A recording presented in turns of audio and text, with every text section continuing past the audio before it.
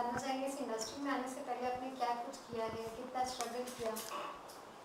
Industry में आने से पहले तो बहुत सारी चीज़ों का स्ट्रगल करना पड़ता है, चाहे वो फिल्म लाइन हो, चाहे वो कोई भी चीज़, चाहे वो कुछ भी हो। जैसे मतलब आप स्टडी करते हैं तो भी स्ट्रगल करना पड़ता है। जहाँ स्ट्रगल नहीं है, जहाँ मेहनत नहीं है, तो वहाँ कुछ हासिल नहीं होता है। जी, तो इस इंडस्ट्री में आने से पहले पहला आपने मतलब क्या किया एग्जैक्टली? क्योंकि आप डायरेक्शन लाइन में, तो उससे पहले आपने क्या किया था? जी देखिए, जब हम छोटे थे जब, तो उस वक्त ये सोचते थे कि यार हमें कुछ बड़ा करना है, कुछ बड़ा करना है, कुछ बड़ा करना है। तो ये सोच सोच करके बड़ा परेशान होता था मैं कि बड़ा कैसे बनूं, बड़ा कैसे करूं, कुछ ऐसा क्रिएटिव चीज़ कैसे करूं। तो फिर मेरे दिमाग में आया कि सबसे बड़ा होता है तो ये सिर्फ फिल्म लाइन के माध्यम से बना जा सकता है। और लोग पैदा होते हैं, कमाते हैं, खाते हैं, मर जाते हैं, उनको कोई जानता नहीं, बड़े बड़े पैसे वाले हैं। तो वो इंडस्ट्री में मैं नाम कमाने के लिए आया हूँ। और पहले इंडस्ट्री में आने से पहले मैंने काफ़ी एक्टिंग का मुझे शौक़ था कि मैं एक्टिंग पहले करूँगा, और आज भी एक्टिंग का शौक़ है। लेकिन उस चीज़ को मैंने मार करके कुछ क्रिएटिव की चीज़ों को मैं आज लेकर के उपस्थित हो रहा हूँ इस मार्केट में। मैंने पहले काफ़ी एक्टिंग भी किया। मैंने एक सीरियल मैंने किया था डिज्नी चैनल के लिए, धूम मचाओ धूम। फिर इसके बाद जो है मैंने फिर मैं बाली जी, हमारे एक भोजपुरी के डायरेक्टर हैं, बाली जी हमारे गॉडफादर हैं। वो उन्होंने मुझे अपने साथ लेकर के एज ए एडी उन्होंने काफ़ी चीज़ सिखाई, बहुत सारी चीज़ों का हेल्प किया, बहुत ज़्यादा कॉन्फिडेंस दिया मुझे। तो उनके साथ रहते रहते मैं थोड़ा सा अपने आप को कॉन्फिडेंट समझने लगा।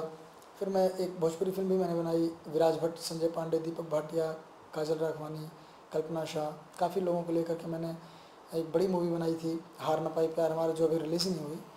तो ये मेरी सेकंड मूवी जो है हिंदी मैंने स्टार्ट की, और उसको मैंने लास्ट तक पहुंचाया, फिल्म रिलीजिंग तक पहुंचाया काफ़ी मेहनत करने के बाद।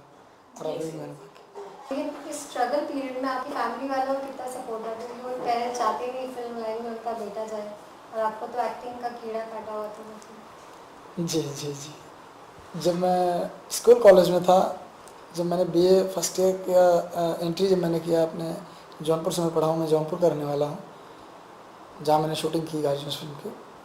तो वहाँ पर मैंने जब स्कूल में, मैं गाता बड़ा अच्छा हूँ, तो पहले भी बहुत अच्छा गाता था। तो स्कूल में जब एनुअल होते थे तो उसमें मैं एंट्री लिया, और बाद में लोगों ने मुझे अवार्ड दिया, बेस्ट एक्टर, सिंगर, सबका अवार्ड मुझे दे दिया उन लोगों ने। तो मुझे लगा कि यार मैं कुछ कर सकता हूँ फिल्म लाइन में। तो फिर मेरे टीचर्स जो थे बड़े वो हुए कि बहुत ही टैलेंटेड हो बेटा, तुम फिल्म लाइन के लिए बने हो। तो मैं पत्रकार बनना चाहता था, मैं पत्रकारिता करता था, वहाँ से पत्रकारिता भी किया 2 साल। और मैं एक दैनिक न्यायाधीश करके अखबार निकलता है इलाहाबाद से, तो उसमें मैं प्रेस रिपोर्टर भी था। तो काफ़ी चीज़ों को सहते हुए मैंने सोचा नहीं, मुझे फिल्म लाइन चाहिए, फिल्म लाइन में जाना है। तो मैं भाग के जब आया बॉम्बे, तो मेरे पिताजी वगैरह ने, मैं डरता था कैसे फिल्म लाइन में जाऊँ, क्योंकि कोई मेरा बैकग्राउंड नहीं था। फिर बाद में सोचा कि अब कैसे क्या बोलूँ, तो फिर आया पिताजी मेरे, यहीं छोटी से हमारा एक बिज़नेस था, अभी यहाँ नहीं, पापा को मैंने गांव शिफ्ट कर दिया। तो उस वक्त जो है जब काफ़ी पापा के पास आया, फिर बोले कि क्यों आया, और एग्ज़ाम मेरा था, सेकेंड ईयर का एग्ज़ाम मेरा बाकी था, और मैं पहले भाग के चला आया। फिर मेरा 15 दिन के बाद मुझे भगा दिए। तो बाद में जब मैं एग्ज़ाम देने के बाद आया, फिर सेटल हुआ अच्छे से, पूरी तरह से। मतलब मेरे पापा ने सपोर्ट किया, मेरे चाचा ने सपोर्ट किया, और मेरे बड़े पापा अमेरिका में रहते हैं, वो सपोर्ट किए, पैसों से लेकर के, हर चीज़ से लेकर के उन्होंने काफ़ी चीज़ों को लेकर मुझे सपोर्ट मिला, मेरे फैमिली का पूरा सपोर्ट मिला। मेरे खास करके मैं मेरे बड़े पापा को बोलता हूँ अमेरिका से, कि उन्होंने मुझे बहुत सपोर्ट किया, पैसों से लेकर के, मतलब बहुत सारी चीज़ों को लेकर के मुझे उन्होंने सपोर्ट दिया फिल्म लाइन में। जी, और बात की जाए बतौर एक्टर, आपने कितनी सारी फिल्में करी? बतौर एक्टर मैंने सीरियल किया था, फिल्में नहीं किया। सीरियल मैंने किया था, DV1 का था, जो उसके राइटर थे विवांश वैभव। और वो फिल्म मैंने किया, सीरियल मैंने किया था उर्मिला, उर्मिला और जाए कहाँ, उसके भगवान यादव पप्पू करके हैं डायरेक्टर, वो थे। इसके बाद मैंने बहुत बड़ा सीरियल मैंने किया डिज्नी चैनल का, वो धूम मचाओ धूम, बहुत ही अहम किरदार मैंने निभाया था उसको, 2 महीने कंटिन्यू चला था टीवी पे। इसके बाद फिर मैंने भोजपुरी ज्वाइन कर लिया, भोजपुरी डायरेक्टर के साथ में मैं फिल्मों में मेरा ज़्यादा लगाव था, सीरियल से ज़्यादा मुझे फिल्मों में ज़्यादा लगाव था। तो फिर मैंने सोचा कि नहीं, मुझे फिल्म करनी है, फिल्म का हीरो बनना है मुझे। फिर वो तो हो नहीं रहा। फिर बाद में मैं सोचा कि यार बहुत परेशानी है, क्या करूँ कैसे करूँ, बहुत सारी उलझनें आती हैं दिमाग में जब आदमी को काम नहीं मिलता। तो फिर मैंने डायरेक्शन ज्वाइन कर लिया कि चलो एक डायरेक्टर के साथ रहूँगा तो मैं एक्टिंग भी करूँगा डायरेक्शन भी करूँगा। वो हरफन मौला थे, डायरेक्टर एक्टर कोरियोग्राफर, बहुत सारी चीज़ें उनके अंदर, बहुत सारा टैलेंट था। इसलिए मैंने सिर्फ उनका फ़ैन रहा और उनको ही पकड़ा कि मैं सब कुछ सीख भी सकता हूँ और सब कुछ बन भी सकता हूँ। ये सोच करके मैंने बाली जी को पकड़ा और बाली जी ने मुझे बहुत सपोर्ट किया। तो उनका मैं हमेशा मतलब शुक्रगुजार रहूँगा। जी, भोजपुरी सिनेमा कोई खास वजह चुनने की, क्योंकि भोजपुरी सिनेमा को आजकल इतना दर्जा मिल नहीं पाता? देखिए भोजपुरी सिनेमा जो है आज मैं भोजपुरी को अपनी माता मानता हूँ। लोग बड़े उल्टे सीधे सवाल भी करते हैं, बड़े उल्टे सीधे बोलते भी हैं, बहुत उल्टे सीधे चीज़ों को भी परोसते हैं। उसके लिए मैं किसी को कुछ नहीं बोलूँगा और मैं अभी उन लोगों तक नहीं पहुँचा हूँ, भोजपुरी में उतना काम नहीं किया हूँ। लेकिन भोजपुरी बहुत ही अच्छी भाषा है, बहुत ही अच्छे लोग हैं भोजपुरी के, बहुत अच्छी ऑडियंस है, बहुत अच्छी। और जैसे कि असलम शेख जी हैं, बहुत अच्छे डायरेक्टर हैं, राजकुमार पांडे जी भी हैं, बहुत सारे अच्छे डायरेक्टर हैं जो भोजपुरी अभी चल रही है। भोजपुरी को एक खड़ा किया इन लोगों ने। तो भोजपुरी को हम बुरा नहीं कर सकते और ना कभी करेंगे और मैं भोजपुरी छोड़ूंगा भी नहीं। दिल से भोजपुरी को मैं प्यार करता हूँ।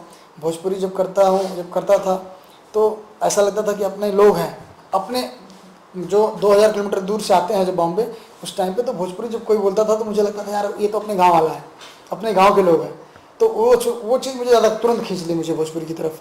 और भोजपुरी जब मैंने किया, जब शुरू किया तो हिंदी फिल्मों में कहीं मेरा आना जाना नहीं था और ना किसी से पहचान थी वाला कुछ नहीं है। तो भोजपुरी को मैं पकड़ करके कम से कम रोजी रोटी शुरू हो जाए और एक स्रोत मिल जाएगा, एक जगह मिल जाएगी, तो कुछ ना कुछ करते करते मतलब कहीं मैं आगे बढ़ सकता हूँ।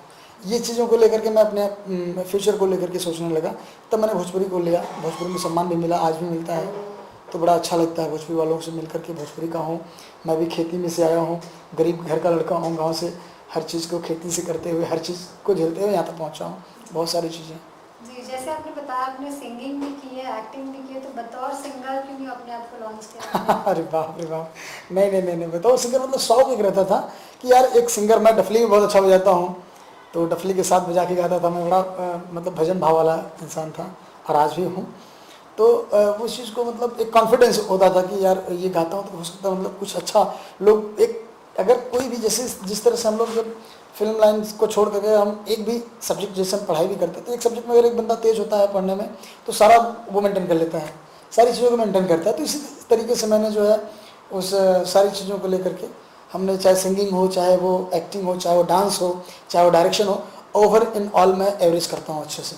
अब मेरा डांस भी बहुत अच्छा मैं करता हूँ, सिंगिंग भी बहुत अच्छा करता हूँ। तो मैं अपनी फिल्म का 1-2 लाइन भी सुना सकता हूँ आपको, ऐसे कोई सुनो, ये सब एडिट कर देना भाई। मेरे फिल्म का गाना है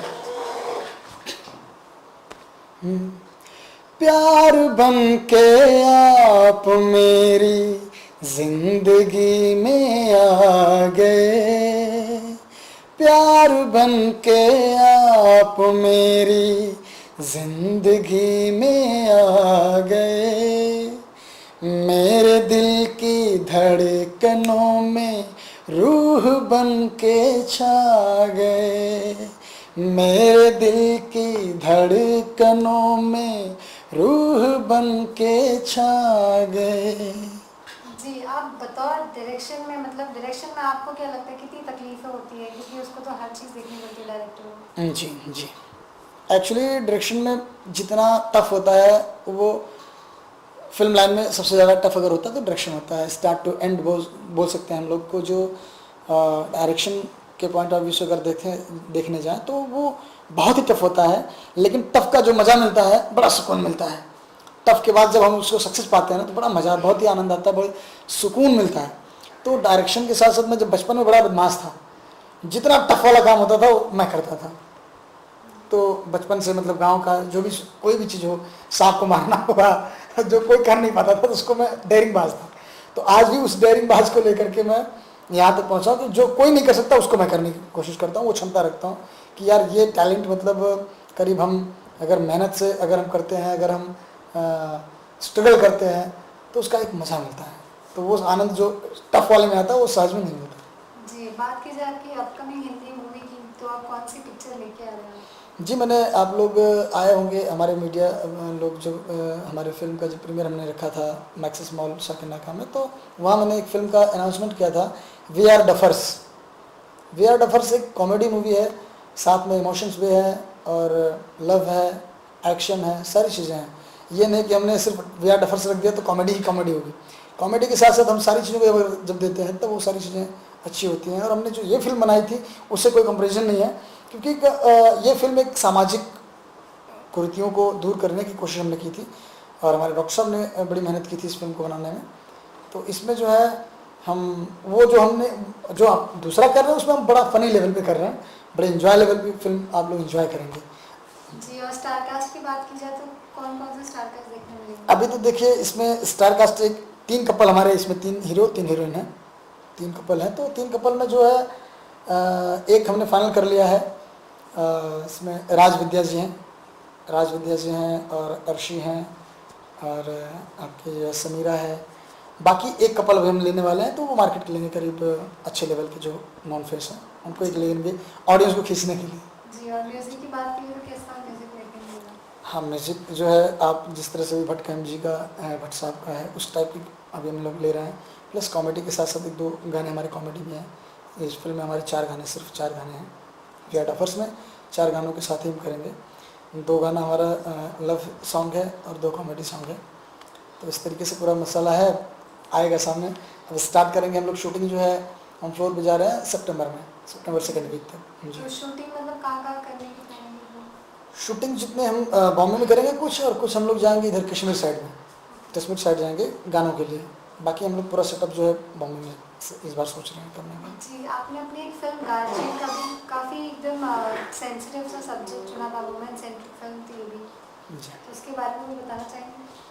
उसके बारे में आप लोगों ने देखा होगा, हमारी ऑडियंस ने भी देखा है। तो हमारी जो गार्जियंस फिल्म है, गार्जियंस फिल्म एक बहुत सीरियस फिल्म है, जिसको हम कह सकते हैं कि मतलब जितने भी समाज में अत्याचार फैल रहे हैं, समाज में जितनी बुराइयां हो रही हैं, जितने रेप हो रहे हैं, जितने समाज में जो जातिवादिता है, बहुत सारी चीज़ें हैं जो हम जिसको हमने दर्शाने की कोशिश की है अपने इस गार्जियंस के माध्यम से। तो उसमें एक्चुअली हुआ ये कि गार्जियंस जो फिल्म जो सब्जेक्ट है वो बड़ा टफ सब्जेक्ट था और बड़ा टफ इसमें मतलब हमने सब्जेक्ट उठाया था जानबूझ करके कि हमारे जो डॉक्टर साहब हैं, डॉक्टर साहब एक बहुत बड़े ही फिजिशियन डॉक्टर हैं और उन्होंने अपने इस डॉक्टरी के साथ साथ अपने समाज के बारे में ज़्यादा सोचा उन्होंने, और उन्होंने खुद ये फिल्म की राइटिंग की। जब उन्होंने मेरे पास सब्जेक्ट को प्रपोजल लेकर के आए तो मैंने उस पर मैं बोला सर बिल्कुल कर सकते हैं, और उस पर काफ़ी मेहनत करने के बाद ये फिल्म में की। तो उसमें समाज के जितने भी अत्याचार हो रहे हैं, जितने भी रेप हो रहे हैं, जितने भी जातिवादिताओं में, जैसे ब्राह्मण, ठाकुर, पंडित, चमाइन, चमार, हरिजन जो बोलते हैं जिसको, तो इन सारी चीज़ों को हमने उजागर किया, इन चीज़ों को हमने ख़त्म करने की कोशिश की है कि इस जो लव तो किसी से कोई भी कर लेता है, रोड पे चलते हुए लड़की से कर लेता है, उसको ये पता नहीं होता कि यार ये लड़की जो है मुस्लिम है कि हिंदू है कि चमार है कि ठाकुर है कि ब्राह्मण है। उस पर वो जब नहीं, जब सारी चीज़ें रिलेशंस जब हो जाते हैं, इसके बाद जब उसके पेट में बच्चा होता है तो बाद में बोलता है यार मैं तेरे, जब बोलती है अब तो शादी हम लोग कर लेते हैं, अब तो प्यार हो गया, तो सारी चीज़ें हो गई, अब तो हमारे पेट में बच्चा भी तुम्हारे नाम का हो गया, तो बोलता है कैसे कर ले, हम तो ठाकुर हैं, तुम तो छोटे कास्ट की हो, तो कैसे कर लें। तो वही बोलती है लड़की कि भाई जब तुम मेरे साथ सोते थे, जब मुझे प्यार करते थे तो मैं चमाइन नहीं थी, आज मैं चमाइन हो और तुम ठाकुर हो। तो बोले ये समाज में मैं इस तरह से कैसे फैला सकता, मतलब ये मेरा समाज नहीं मानेगा। तो फिर वो बोलती है क्यों नहीं मानेगा तुम्हारा समाज, क्यों आपने मेरे साथ जब प्यार का प्रपंच आपने क्यों फैलाया। बहुत सारी चीज़ों को लेकर के, जब ये बहुत ही सीरियस मैटर है, बहुत ही सीरियस मैटर है। और दिल्ली के जो रेप कांड हुए उसके ऊपर हमने बहुत मैटर मैंने रखा कि जिस तरह से आज हमें खुद को सुधारना होगा, कोई नेता हमारा कोई नहीं सुधार सकता हमें, ना कोई हमें कोई, चाहे मोदी जी अभी बहुत टफ आए हैं, बहुत अच्छे सरकार लेकर के आए हैं, वो भी नहीं सुधार पाएंगे। क्यों? क्योंकि हमें सुधरना होगा। जब तक हम नहीं सुधरेंगे तब तक कोई नहीं सुधर सकता। तो सिर्फ मैं ये गुजारिश करूंगा सब लोगों से कि खुद को सुधरो तो समाज अपने आप सुधर जाएगा। तो समाज को सुधारने की कोशिश हम करने की अपने फिल्म के माध्यम से की है। तो हमने ये सोचा कि हम खुद को पहले सुधरें तो हम दूसरे को सुधार सकते हैं। तो हर आदमी अपना अगर गार्जियंस बन जाए खुद का, अपने जिस तरह से एक घर का गार्जियंस बनते हैं उसी तरह से एक समाज का गार्जियंस बनता है, उसी तरह से अपने सिंगल पर्सनालिटी की भी गार्जियंस होता है आपकी आत्मा। तो अपनी आत्मा को अगर हम सुधार लेते हैं तो अपने आप बुराइयां, अपने आप गंदगी, सारी चीज़ें खत्म हो जाएंगी। जी, ये तो बात होगी हिंदी फिल्मों की, क्योंकि आप भोजपुरी फिल्मों में भी ऐसे कर चुके हैं, तो वैसे प्लानिंग की आप कोई फिल्म लेके आएंगे? भोजपुरी की जी। देखिए, मैं अभी तो नहीं कुछ बोल सकता क्योंकि अभी हिंदी कर रहा हूँ और हिंदी ही करना चाहूँगा क्योंकि भोजपुरी से हिंदी बहुत ऊपर है, लेकिन भोजपुरी छोड़ूंगा नहीं। और लोग बोलते हैं कि भोजपुरी मत करना भैया, सचिन भाई अभी आप तो हिंदी कर रहे हैं कंटिन्यू, लेकिन अगर भोजपुरी जो भाषा है वो भाषा को छोड़ना मतलब मैं मेरी आत्मा गवाही नहीं दे सकती कि मैं उसको छोड़ूंगा नहीं। बड़े भैया जैसे दिनेश जी हैं, रवि भैया हैं, मनोज भैया हैं, खेसारी भैया हैं, तो अगर ये लोग हैं, इन लोगों के अगर ऐसा एक बड़ा अगर प्रोजेक्ट मुझे मिलता है, बड़ी स्टार कास्ट को मैं लेके बनाना चाहूँगा। इन पवन भैया हैं, तो ये जितने भी दिनेश भैया, खेसारी भैया, पवन भैया, ये सारे जितने भी लोग हैं उनको लेके मैं चाहूँगा कि मैं एक अच्छी बड़ी फिल्म बनाऊँ भोजपुरी में भी। चलिए, लास्टली आप अपनी जो आपकी फिल्म रिलीज होने वाली है उसके बारे में क्या कहना चाहेंगे दर्शकों से? मेरी फिल्म तो एक गार्जियन से रिलीज हो गई है और दूसरी मैं डफर्स लेकर के आ रहा हूँ, वी आर डफर्स। तो वी आर डफर्स सुनने के बाद लोग हंस देते हैं, तो मैं समझता हूँ कि अगर मैंने जब टाइटल चुना है, टाइटल को जब मैंने खुद से जब लेकर के पहुँचा यूनियन में, तो लोग मुझे देखने लगे कि यार बहुत अच्छा टाइटल है, तो उन्होंने फटाफट बोला कि अभी तो ये हुआ नहीं है, तो उन्होंने तुरंत मुझे टाइटल लेटर दिया। और इसके बाद एक और मेरी फिल्म है बदतमीज़ रोमियो। बदतमीज़ रोमियो भी हमारे अंडर में है, हमने साइन किया हुआ है, वो थोड़ा 6 महीने पहले साइन किया हुआ है, तो उसको वो थोड़ा और महंगी फिल्म है, करीब 15,000 की फिल्म है, तो उसको हम इसके डफर्स के बाद हम बनाएंगे उसको। Thank you very much, thank you.